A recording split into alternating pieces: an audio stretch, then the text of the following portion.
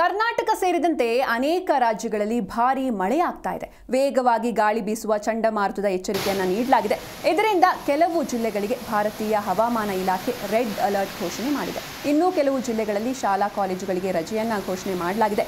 IMD ಪ್ರಕಾರ ಇವತ್ತು ತಮಿಳುನಾಡು ಮತ್ತು ಕೇರಳದಲ್ಲಿ ಅತ್ಯಂತ ಹೆಚ್ಚು ಮಳೆಯಾಗುವಂತಹ ಸಾಧ್ಯತೆ ಇದೆ. ಪುದುಚೇರಿ, ದಕ್ಷಿಣ ಮತ್ತು ಕರಾವಳಿ ಕರ್ನಾಟಕ, ಬಯಲು ಸೀಮೆ ಮತ್ತು ಕರಾವಳಿ ಆಂಧ್ರ ಪ್ರದೇಶದಲ್ಲೂ ಭಾರೀ ಮಳೆ ಮತ್ತು ಮಿಂಚಿನ ಎಚ್ಚರಿಕೆಗಳನ್ನು ನೀಡಲಾಗಿದೆ. ಬಂಗಾಳ ಕೊಲ್ಲಿಯಲ್ಲಿ ಚೆನ್ನೈಯಿಂದ ಸುಮಾರು 400 ಕಿಲೋಮೀಟರ್ ದೂರದಲ್ಲಿ ಕಡಿಮೆ ಒತ್ತಡದ ಪ್ರದೇಶ ರೂಪುಗೊಂಡಿದ್ದು ಇದು ಆಂಧ್ರ ಪ್ರದೇಶ ಮತ್ತು ತಮಿಳುನಾಡಿನ ಕರಾವಳಿ ಕಡೆಗೆ ಚಲಿಸ್ತಾ ಇದೆ. ಈ ವ್ಯವಸ್ಥೆ ಇವತ್ತು ತೀವ್ರಗೊಂಡು ಚಂಡಮಾರುತವಾಗಿ ಬದಲಾಗಬಹುದು ಅಂತ ಐಎಂಡಿ ಎಚ್ಚರಿಸಿದೆ. ಇದರಿಂದ ಕರಾವಳಿ ಪ್ರದೇಶಗಳಲ್ಲಿ ಬಲವಾದ ಗಾಳಿ ಮತ್ತು ಮಳೆಯ ಸಾಧ್ಯತೆ ಇದೆ. ತಮಿಳುನಾಡಿನ ಚೆಂಗಲ್ಪಟ್ಟು, ವಿಲ್ಲುಪುರಂ, ಕಡಲೂರು ಮತ್ತು ಮಯಿಲಾಡುತುರೈ ಜಿಲ್ಲೆಗಳನ್ನು ಅತ್ಯಂತ ದುರ್ಬಲ ಜಿಲ್ಲೆಗಳು ಅಂತ ಘೋಷಿಸಲಾಗಿದೆ. ಈ 4 ಜಿಲ್ಲೆಗಳಲ್ಲಿ ಶಾಲೆಗಳು ಮತ್ತು ಕಾಲೇಜುಗಳನ್ನು ಮುಚ್ಚಲು ಆದೇಶವನ್ನು ನೀಡಲಾಗಿದೆ. ಅಲ್ಲದೆ ವಿಲ್ಲುಪುರಂ, ಕಡಲೂರು, ಮಯಿಲಾಡುತುರೈ, ನಾಗಪಟ್ಟಣಂ, ತಿರುವಲ್ಲೂರು, ತಂಜಾವೂರು, ಪುದುಕೊಟ್ಟೆ ಮತ್ತು ರಾಮನಾಥಪುರಂ ಸೇರಿ 8 ಜಿಲ್ಲೆಗಳಿಗೆ ರೆಡ್ ಅಲರ್ಟ್ ಘೋಷಣೆ ಮಾಡಲಾಗಿದೆ.